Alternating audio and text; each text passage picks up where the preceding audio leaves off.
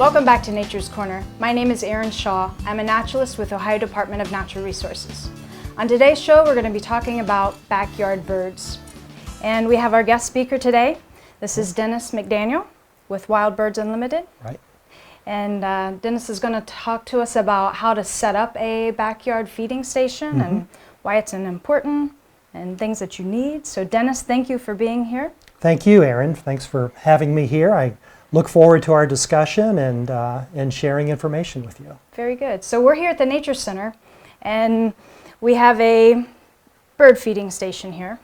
So we have a lot of people that like to come in and sit and watch the birds, including myself. And they don't know how to get started, or why would you even do it in the first place? Right, right. So, and that's really where it starts, is before you decide I'm going to set up a bird feeding station, I think it's important to realize what some of the reasons are that people feed the birds. And so the foundational reason of why people feed birds is really to experience joy from that hobby. So for many people, bird feeding, backyard bird feeding is a hobby, and they experience joy from that. They enjoy the hobby, and so they want to invest in it and make it a good experience for them. It's also a great way, feeding the birds is a great way to give back to nature. You know, we take a lot from nature. This is an opportunity to give back to nature. And the way that you give back to nature when you feed the birds is during times of stress on the birds, whether it's very cold weather or very dry weather, providing them with water or water in the winter, you know, from a heated bird bath, or providing them with some supplemental food sources is very important for the birds, and so it's a way to give back, you know, to the birds. Additionally, backyard bird feeding is a hobby that many people remember previous generations in their family enjoying and participating in. So it's a connection back to a hobby that in the United States really got its start in the mid to late 1800s. And so it's a connection to that hobby that maybe grandparents or people even before them performed in their backyard. When I go to my grandma's house, she has a feeder right outside of her window. So I go and visit her, and she's got her little bird book, you know, and that's what we talk about. Right. Yeah, it's a good connection, and it's a way to have something in common, you know, maybe with a relative who has a history of doing that, and so it allows you to make a great connection and kind of sharing that common hobby. I think it also has a very calming effect. And so another family story is with my dad. He has Alzheimer's and was going through a really tough time, still is actually, but would come in here, sit down and watch the birds, and just would just completely change. I mean, it was a very, very calming, like better than any medicine I've ever seen, just sitting watching the birds. Well, no, that's a great story, and you know, and a lot of people have very stressful jobs. A lot of people work with technology, you know, all day long. They might be on their cell phones, you know, all day long, or behind a computer. It's a real contrast to be able to come home, either to a house or a condominium or even an apartment, and to have a bird feeding station there, to be able to watch the birds feed, to kind of make that connection with nature. It's a real contrast, and many people do find that backyard bird feeding is a great source of rest and relaxation for them. Yes. Additionally, bird feeding is very closely connected to gardening. Gardening is the #1 hobby, you know, for people in the United States. Well, guess what number 2 is? Backyard bird feeding. Those two are very well connected. So for people who invest a lot of time in gardening, they're going to draw the birds in, you know, through some of their gardening and activities that they perform in their yards and in their lawns. And so it's just a natural extension of gardening, backyard bird feeding is. If I can add one more reason to why you would have a bird feeding station, is as you advance with interest and knowledge with the birds that are coming, you can keep going. I love to read, so I'll have bird ID books in front of me while I'm watching, and you can become familiar with what birds are normal to see. And then occasionally you'll see a bird that's that you've never seen before, Right. or that's a rare visitor. And then with that, you can do research, so you can learn about the weather, you can learn about the environment. So I think it's a way to not only give back, but also like conservation efforts. You were talking about the bird banding. Right. And the Backyard Bird Feeder Watch. I think Warren County Parks has is it in February? Yes. It's something you can even do from your house. So it's a citizen science research type thing from your backyard, or you could go to one of the parks Right. and watch that, and they use that research. That's very important, especially with some of the decline of birds, over the last several decades.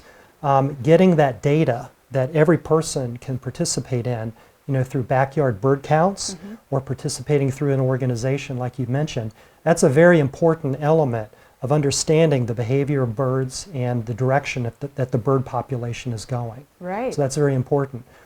Many people also, like you said, they don't realize the variety of birds that's actually available in their yards. They think, they might see a cardinal from time to time, but when you offer the right type of bird foods and the right type of feeders, you can draw in many different types of varieties of birds, and it opens up this whole different world for you. And like you said, you become interested in seeing what's going to be at the feeder today, or is there a new bird that I haven't seen before? So all of that adds interest to the hobby. Yes, and some of the birds even change. Like the goldfinch, they look different in the summer, and they turn a different color in the winter. So very true. In the summer months, the male goldfinches are bright yellow, and they're very popular to have at the bird feeders. And in the winter, it's more of a dull kind of olive green. So they do very much change over the course of the year. Many of them looks like do. a whole different bird. That's right. So let's talk about elements or things that you need. So now Okay. we're interested in birds. We want to set up a feeding station. We've got our reasons why. So how do you start? Okay. So if you're starting as a beginner bird feeder, the first thing to understand or to determine is what type of birds will come to my yard. And so the way that you would determine that is there's a couple ways. You could obtain a tray, use a tray feeder like this, and put a variety of different feeds, bird feeds, in this tray. And then observe over time what kind of birds are coming to my feeder, which foods are the most popular. I'll give you a couple examples. For example, in a tray, if you're just getting started, you could put some basic bird feed blend that's high in sunflower chips. That's going to draw a lot of birds. But you could also put some other foods in there that are higher in fat to see, can I attract woodpeckers to my yard?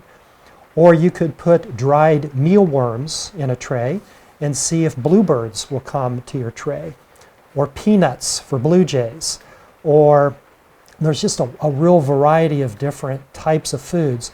But experiment with that, put them in a tray, and then importantly, observe which foods are being eaten and what kind of birds are those that are coming to the tray that I set out. The other way to accomplish that is to use a product like this. This is just a simple hook that you could put on the limb of a tree, very low investment. And on this, you could place different types of food that you would stack That's on this nice. feeder. Yeah. And so there's a high fat food here on top. There's one that's heavier on nuts on the bottom. And there's kind of a blend in the middle that's very attractive to birds. But this is another way to offer many types of food with a very small investment. And again, all for the purpose of determining what type of birds can I attract to my backyard. Once you've done that for several weeks and determined the type of birds that are coming to your backyard and what's been the most popular food, then stay with what is working for you. So in other words, obtain a feeder that will feed the type of food that was the most popular in your tray or on the hook that you offered. But that would be the next step. Offer the food that works the best and start with that. Okay. And like you said, there's different types of food that will attract different birds. Right. Some birds eat seeds. Many birds eat seeds, but not all birds. Some birds like robins and wrens, they prefer small pieces of fruit or mealworms.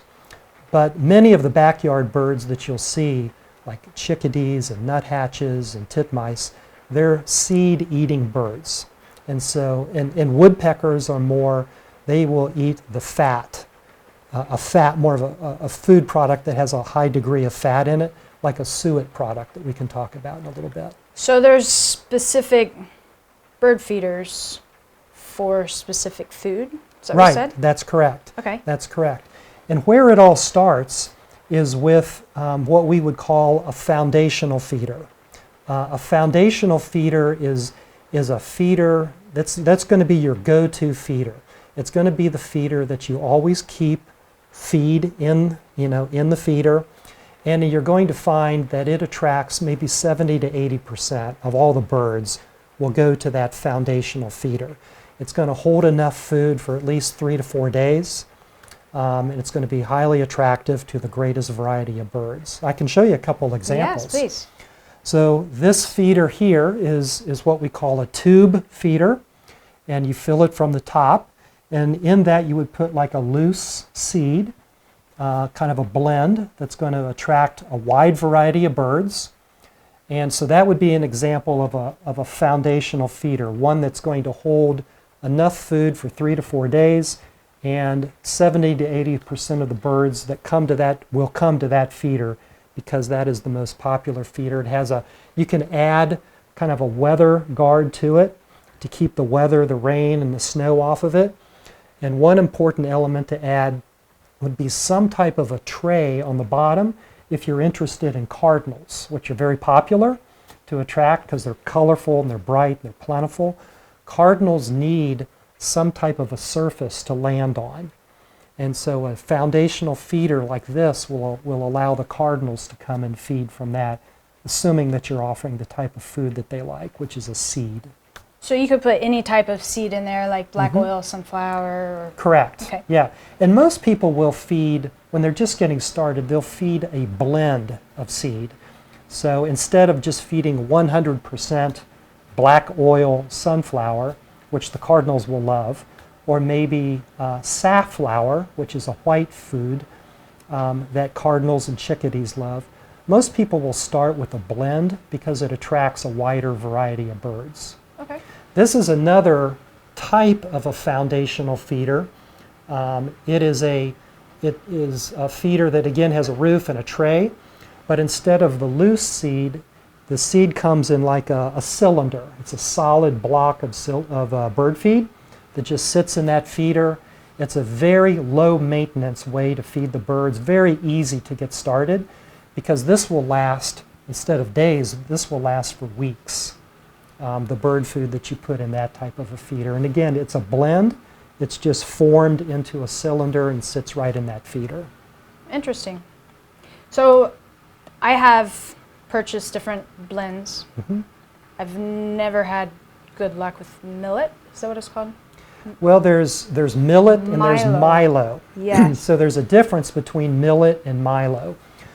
Milo is not something that you want in your bird feed. So if you go to a store and you look at the ingredients on the back, and if Milo is listed as an ingredient, that's not a bag of bird food that you want to buy, because Milo is a filler that will be added to bird seed and placed in a bag and then sold. Birds in this part of the country will not eat Milo. Milo is like a grain, and it looks like looks like a small copper BB. And a lot of the blends that you can find in some stores are filled with that. What's going to happen with Milo is you'll put that in your feeder, the birds will come to your feeder and they'll kick it out, and it'll end up on the ground. And then if the weather is warm outside, you will get things growing up from the ground, different types of grains and plants. And that's not the purpose of bird feeding. Right. It's messy and That's right. can deter you from bird feeding. And that's called milo. Okay. So you don't want milo. If you do purchase a bag of bird food and it has some millet in it, that is fine. Millet is a very tiny seed that, again, the ground feeding birds like. So like doves and juncos, they will come to the base of a bird feeding station and they'll clean up any of the millet that falls to the ground. So that millet is not bad. Milo is not something that you want. Yep. The other thing, just kind of along those lines of thinking, that are available in birdseed there are different kinds of blends. Some like this have birdseed in it that have shells in it. And just realize that those shells will, again, go to the ground, and that may or may not be a problem depending on the type of location that you've chosen for your bird feeding station. There are stores like Wild Birds Unlimited who also sell bird food that does not have shells. So for example, a bird food that looks like this, the shells have been removed and this is all consumed. So this is what we really would call, good, actually. this is our winter blend. It's a no mess bird food, meaning that there will be little to no mess underneath the bird food station that you're setting up. And that's really important if you're going to be feeding birds like off of a deck. You don't want a bunch of shells, sitting on the deck. Right. So that's a little bit of information about milo and millet, seed that has the shells on it and seed that doesn't. And it's no problem in mixing them together. There are birds, like cardinals, they like kind of breaking open that shell. They are made to do that. And so there's nothing wrong with bird food that has shells on it. It's more of a convenience for you as the person who manages that bird food station. Do you want anything to clean up or not? Yeah. Well, it makes sense. If it's on your deck, Mm-hmm. obviously I wouldn't want the mess. But if it's out here, it's kind of like a mulch almost. That's right. The shells. So we were talking about kind of moving from a beginner bird food or bird feeder, on to becoming more of an expert on it. And again, the beginning of that whole process is figuring out what kind of food will work best in the yards that I have, in my yard, what food will work the best. And then moving on from there into the type of feed that you had the greatest success with. You can then branch out, like you were saying, you can branch out into other types of food to draw even a greater variety of birds to your yard. Okay.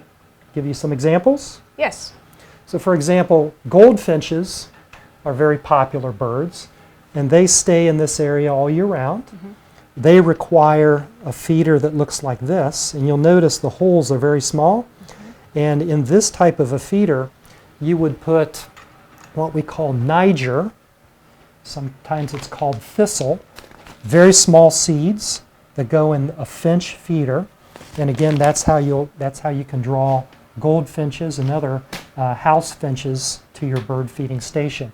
They're very popular, like you said, because in the summer they're these bright yellow birds, and they're beautiful to look at. And they're here all year as well. This is also a great complementary bird feeder to the foundational feeder that, again, the foundational feeder is going to attract 70 to 80% of the birds to that feeder. But you can complement that with something called a suet feeder. Suet is bird food that is very high in fat. And there are certain types of birds that like suet. Woodpeckers, nuthatches, titmice like suet, blue jays. And so if you would like to draw woodpeckers to your yard, which are very colorful and they're very reliable, they'll come back to a feeder over and over again. A feeder such as this that will hold a suet product is very effective. And one of the things that a lot of people enjoy is in the late spring, the adult woodpeckers will bring the young woodpeckers to the feeder, and you can actually sit on your back deck and watch the adult birds teach the young ones how to use a feeder like this. I actually experienced that for the first time last spring, because Okay. another question, and we can go on into this, is when do you feed the birds? And so last spring we decided to continue on instead of just feeding in the winter, on through to the spring and early summer. And we have red-bellied woodpeckers that you know, come throughout the winter. Sure. They're the ones that have the red mohawk, by the way. Yes. They look like they have white bellies, but if you look at their skin, Yes. they're actually very red bellies. Right. So they can be confusing on their name. But so the babies, they are so loud. And because I heard the stir, my office window is right here. And they were squawk, squawk, squawk. And I looked out the window, a whole nest full, I don't know, there were 5 Sure. or so. Not really babies, I mean, they were full grown. Yeah. They didn't have the red stripe yet. Right. Sitting on top of the feeder, squawk, squawk, squawk. Until the parent would get a seed and bring it to them. Yeah. Squawk, squawk, Yeah. bring it to them, as you know. Yeah, one at a time, right?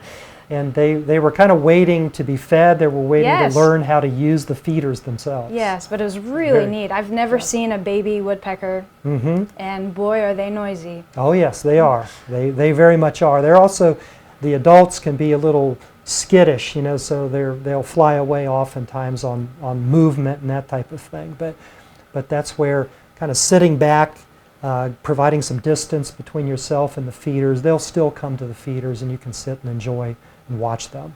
It was so neat to watch the little baby woodpeckers grow up. But you had mentioned, you know, do I feed the birds all year? Do I just feed them in the winter?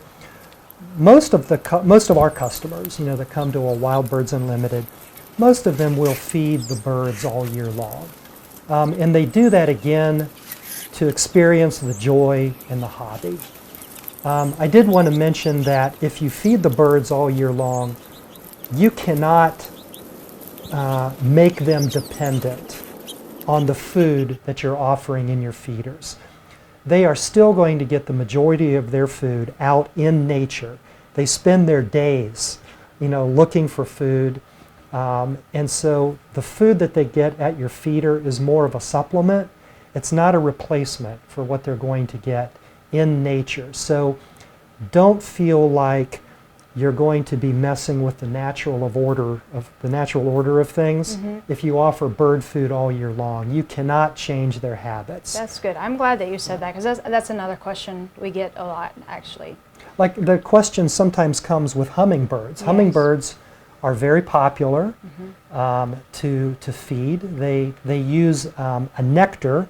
This is what a hummingbird feeder looks like. This is an example of one.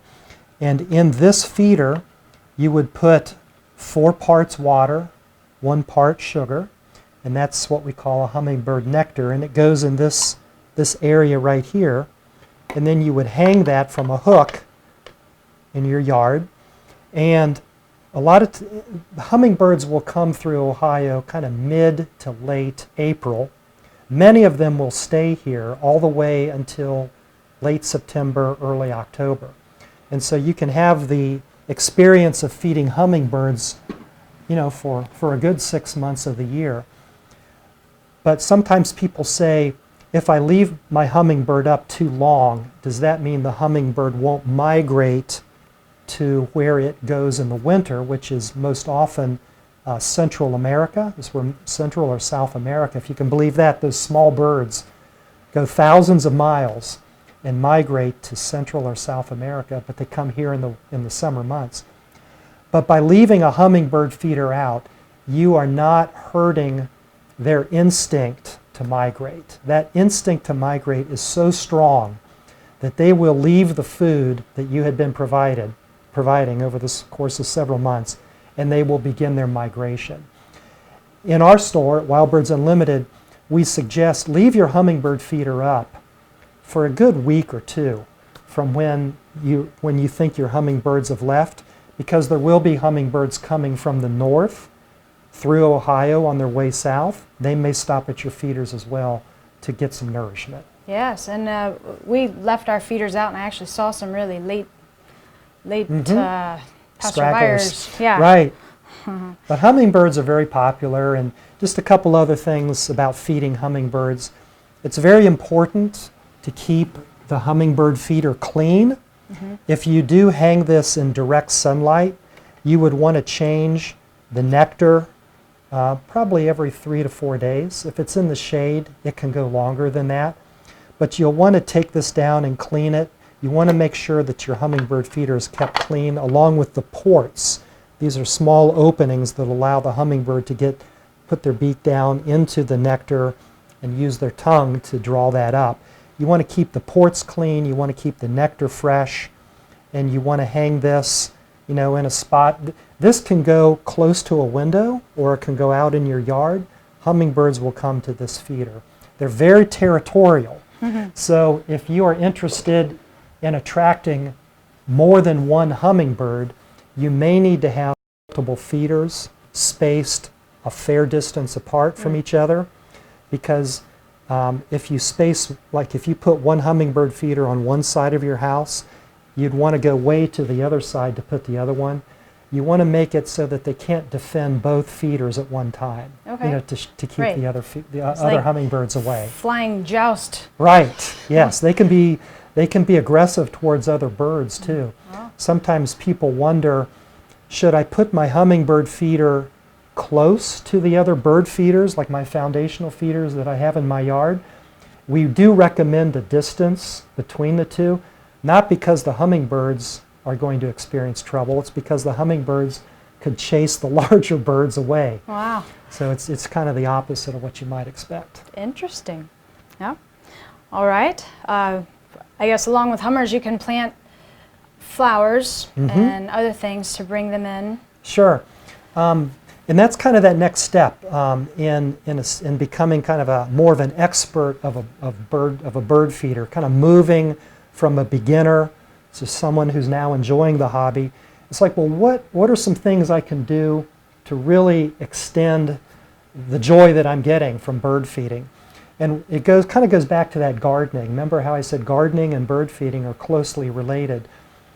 A problem that we have in Ohio is a lot of invasive plants, like honeysuckle, is something that can really take over an area. To increase bird feeding success, you'd want to remove that honeysuckle and plant native plants, native to Ohio, plants that might have berries or other types of protection that they might offer the birds. Native plants and native birds are the combination that you want to go for, not invasive plants and native birds. That's not as good of a combination. There's invasive birds too that There you don't are. want to draw in. Like starlings. Yes, correct? I throw rocks at them. So starlings, there is actually a solution to how to feed the more desirable birds and how not to feed the starlings. There's a seed that we sell that's called safflower, and if you look at some of the bags, it's the small white seed that you'll see here. Some of these small white seeds are safflower seeds. And the interesting thing about safflower is the squirrels will not eat the safflower only unless it is the very last choice available to them. But they will most often find other forms of food that they far greater prefer than safflower. The other great thing about safflower is the blackbirds, so the starlings and the grackles, will not eat, generally, the safflower seed. So at certain times of the year, you can go back to your foundational feeder and you could buy a cylinder such as this that is 100% safflower, or you could go to your tube feeder and put safflower in there. The cardinals will still come, the downy woodpeckers will still come, the chickadees will still come and eat the safflower. but the less desirable birds, what you call the invasive birds, they will not eat that. Interesting. So that's a good tip to remember when the blackbirds, if they get out of control in your yard. For sure, and that's really something to watch for, actually, because we make bluebird boxes, and that might be another way to draw them into your yard, is by building a box, a shelter for them. Sure. But you have to be careful what you're drawing in, because if you're breeding house finch, they will kill the native birds. Right. So right. Yeah, you have to watch And there's out for some birds, kind of along the line of houses. There are some birds who will use a house, and some that won't. Cardinals will not go inside of a cavity like that, like a house. But woodpeckers will, chickadees will, wrens will, and that's a great way also to draw birds into your yard and to increase bird activity, is for the birds that do use a house, chickadees, wrens, woodpeckers, and so on, is to offer them some shelter. Because if you're offering shelter and food and water, you will get birds in your yard. Okay. So I have a friend that got a really nice bird feeder, good quality food, but they put it out in the middle of their yard and wasn't having much luck. Right.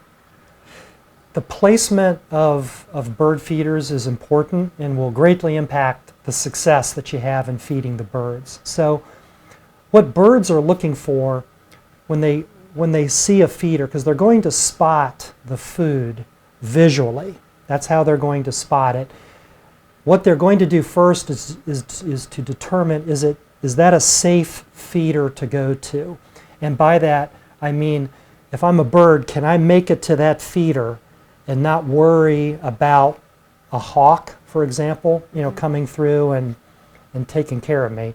So for your friend who had a bird feeder, maybe had a large, wide open yard in the back, and if they place a bird feeder right in the middle, it's probably not being used because the birds are concerned, they don't feel safe making the transition from where they are in a tree, for example, to flying out to that bird feeder to get one seed, because remember, they're going back and forth. A lot of seed-eating birds, they fly to the feeder, they get a seed or two, they fly back to the tree to crack it open and eat it. And so it's back and forth all day long. And so they need to feel safe. So when you think about the placement of your bird feeder, so in other words, you've experimented with the food, you know which food the birds like, you've invested in a foundational feeder, one that's going to attract 70 to 80% of the birds to your yard.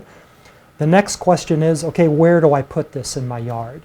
Bird feeders can be hung from a tree. They could be mounted on a pole, such as this one here. They could be placed, they could hang from a deck. We have different types of hardware that you can mount on a deck that has a hook on it, and then you can hang bird feeders from that. So there's many different ways to display or to position a bird feeder station, in your yard. What we recommend is to place it, first of all, in a place where you can see it, right? Because this is your hobby. You are supposed to be, experiencing joy in feeding the birds, and to do that, you need to place it in a spot in your yard that you can easily look outside and see the bird activity. So you want to keep that in mind. Ideally, then, you would place it within proximity of some trees or some bushes. The trees can be evergreen, they could be deciduous trees that drop their leaves. Anything, any tree, any bush is going to give the bird a little bit of a sense of safety. And if you can close that gap down between the positioning of the feeder and the location of the tree, that's going to help your success in feeding the birds as well. It's interesting. So if you don't have trees, you can get one and get a native one, right? That's right. That's right. Get an Ohio tree.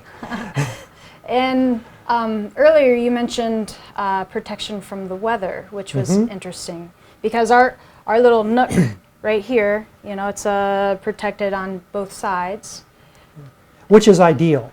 What you have behind us here is kind of a L-shaped building, and then you've placed your bird feeders inside of that, which gives protection, for two sides. That's the type of protection that we're talking about from the weather.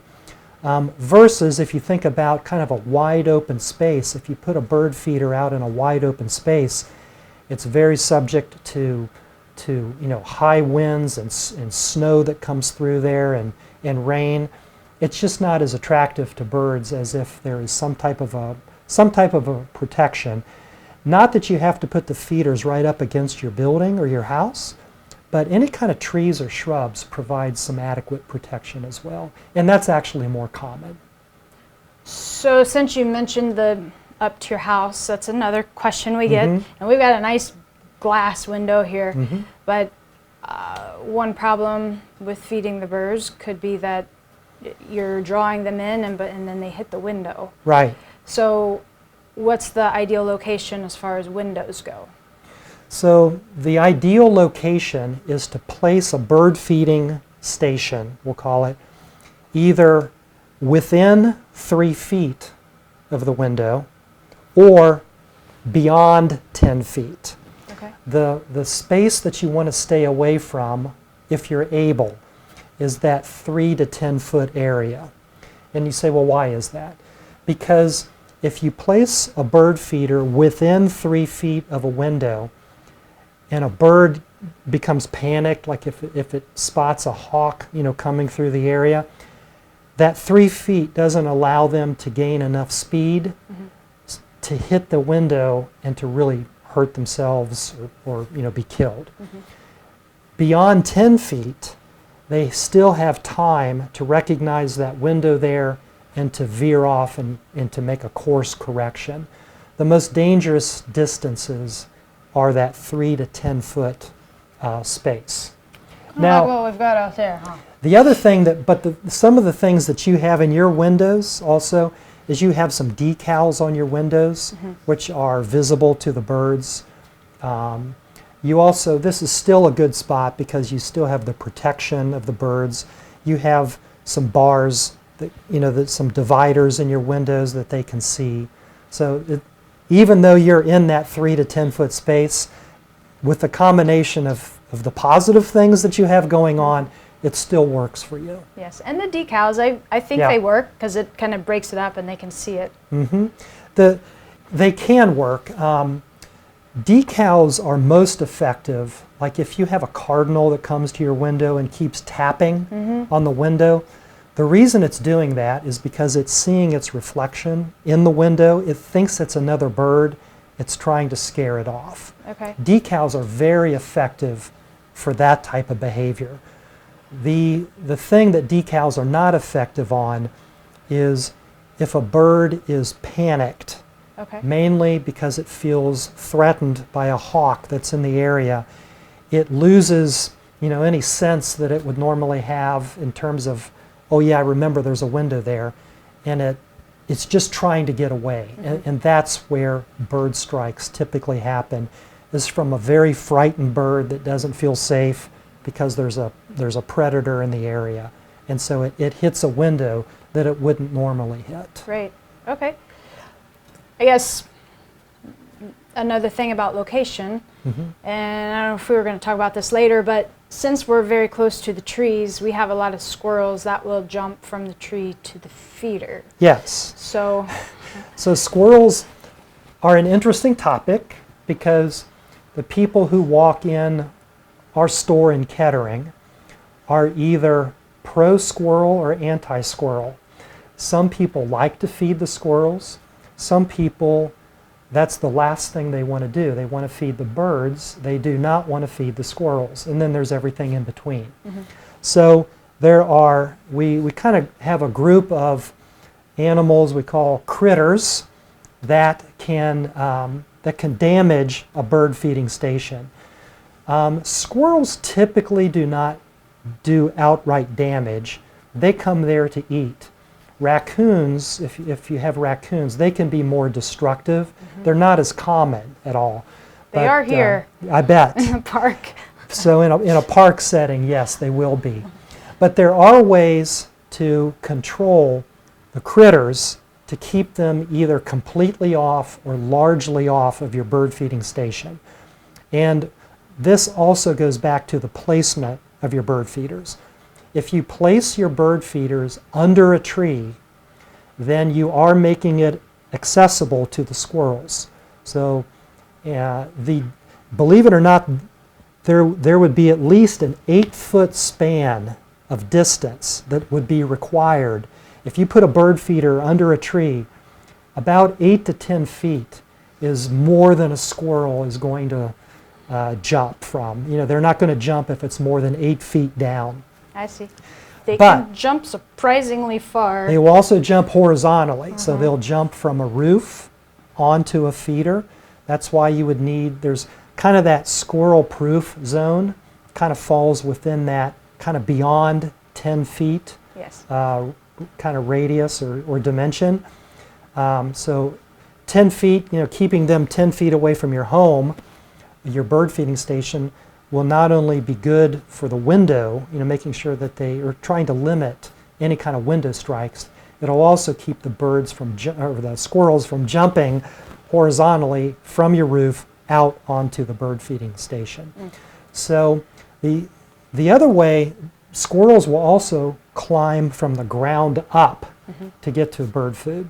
And so if we look over here, this is called a baffle.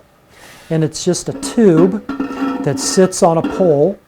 There's a collar that is mounted to the pole. The baffle goes down over the top of the pole and sits on the collar.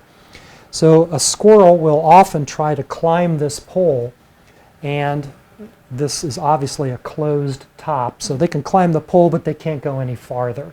This is a very effective way, doesn't hurt the squirrels at all, but it's an effective way to keep the squirrels off of your bird feeding station.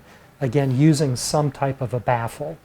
But again, if you place this under a tree, they're going to come to your bird feeding station from the top down, or possibly from your house on over. And then they're going to sit right here Yes. and eat your food. That's right, that happens. But you know So- what? Honestly, I love to watch the squirrels. I do.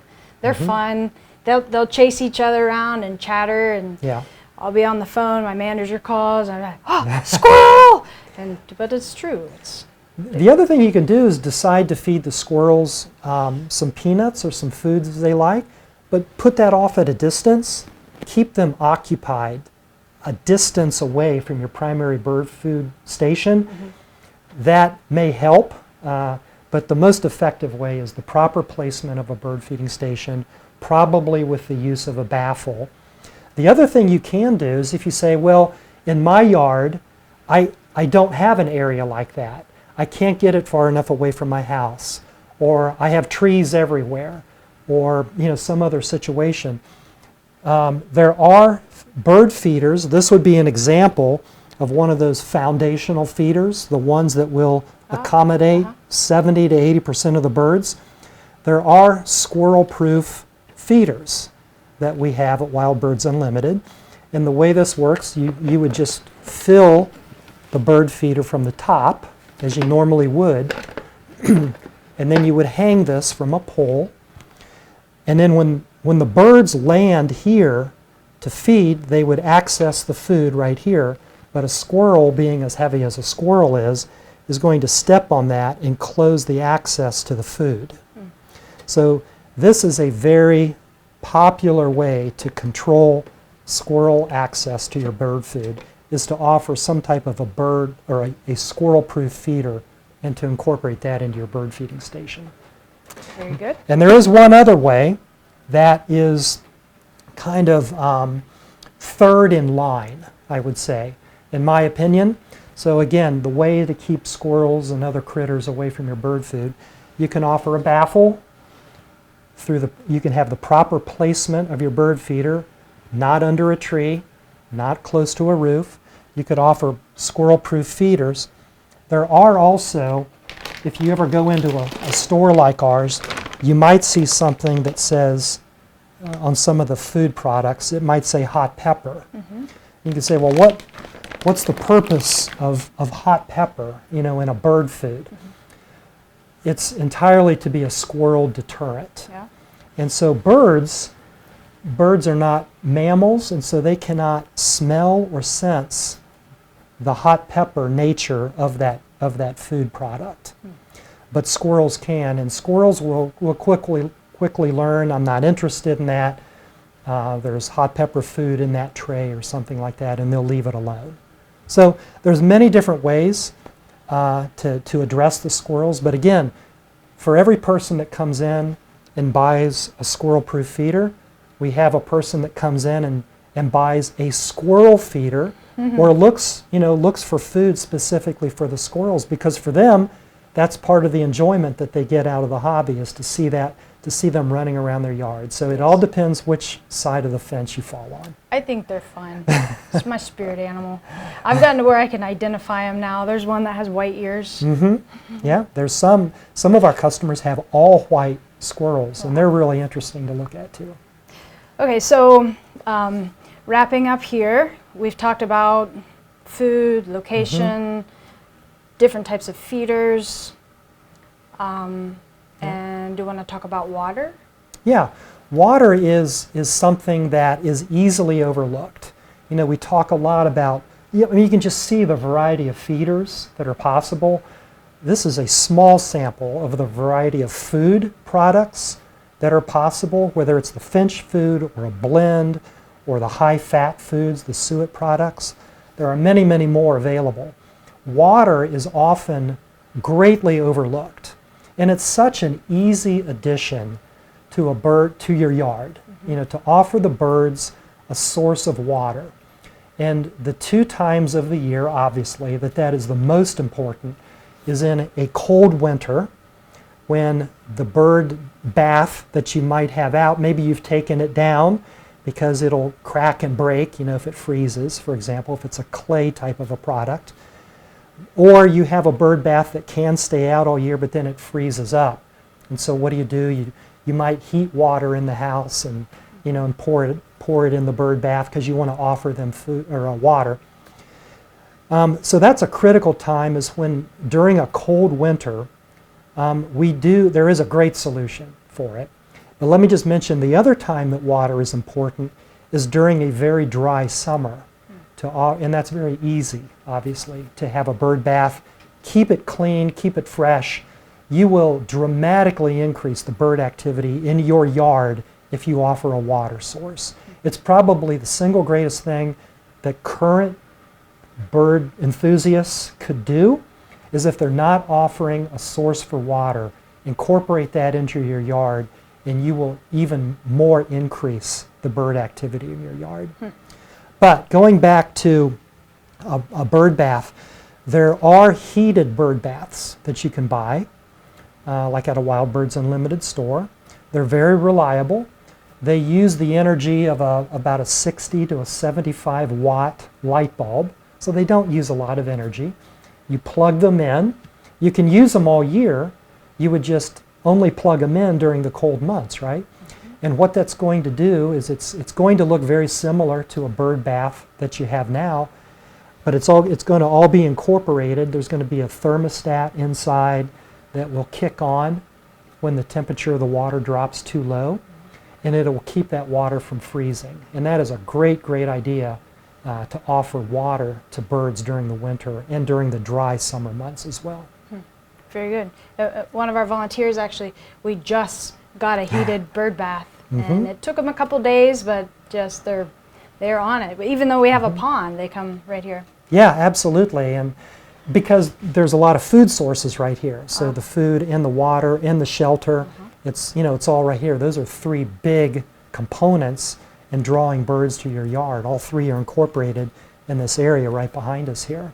Very So good. yeah, can't say enough about the importance of offering water. And in a bird bath, some people like to kind of put them on a stand that is a little bit elevated because they don't want other critters and animals drinking out of it. But others will put a bird bath either on the ground, a heated bird bath, or they'll put it in a very low stand where your friends, the squirrels, can also get a drink of water if they need it as well. That's a good idea. Thank you. You're welcome. And I know there's so many other things that we haven't talked about. important things, like even the height of the feeders and all of that. Is there anything before we close up the show here that you want to mention or talk about? I know that there's so many things. Yeah, there's a lot of different components, of a bird feeding station. We've talked about a lot of them. There are some things like keeping bird feeders at different heights is one of those items that is important, in a bird feeding station. It's probably not the most important, but it is an element that if you talk to somebody who really knows the hobby well, so if you're just beginning in the hobby, there may be some people in different clubs that you're in. There's people like at stores like ours that can help you and give you advice on how to best properly set up a bird feeding station. The one thing that's often overlooked is many birds like a vertical feeding, a vertical surface that they can grip onto and feed. Because if you think about it, woodpeckers and nuthatches and titmice, they run up and down trees, right? The bark of trees. And so little things like that, vertical surfaces incorporated into your bird feeding station will also enhance your bird feeding experience. But there's a lot of different products and bird foods. I guess if I could say two things, I think there's a lot of different bird feeders that are available. You probably can't go wrong. Some are a lot better than others. But the bird food is really important. You want to buy better quality bird food that doesn't have fillers in it, that is going to be consumed. And so that would be, and that's nutritional. So, and to be aware that in the winter, I might want to move to a winter blend of bird food because it has some ingredients in it that are higher in fat. There's some added calcium to it, which are all important during the winter months. So I guess if I could leave with two thoughts. For yourself to enjoy the hobby the most, buy a good quality bird food. Put it in a variety of different feeders. And the other thought that I would leave people with is, this is your hobby. It's meant to be enjoyed. You're meant to experience joy in the hobby. That's why the founder of Wild Birds Unlimited, who wrote a book, 2 or 3 years ago, he named the book The Joy of Bird Feeding, because that's what it's all about, is to give people an opportunity to have a hobby that they enjoy, to really bring people and nature together. It's really what we're in the business of doing. That's what you do here. You bring people and nature together, and we do it through bird feeding. And so I would encourage people to enjoy the hobby, to buy good quality food, and to ask questions. There are people out there who can help if they have problems or questions that they need addressed. Very good. Thank you, Dennis. You're very welcome. Have learned a lot just in this, and I do research online, and we've had this for a while, but there's always the next step, the next thing that you can learn. So that's something neat about the birds too. Very much so. And so that's it for today's show. Thank you for watching. If you have any questions about the show, you can check us out online at ohiostateparks.gov, or you can stop by the Nature Center, check out our feeding station here, check out Wild Birds Unlimited. Thank you again, Dennis. You're very welcome. And otherwise, we'll see you on the trails.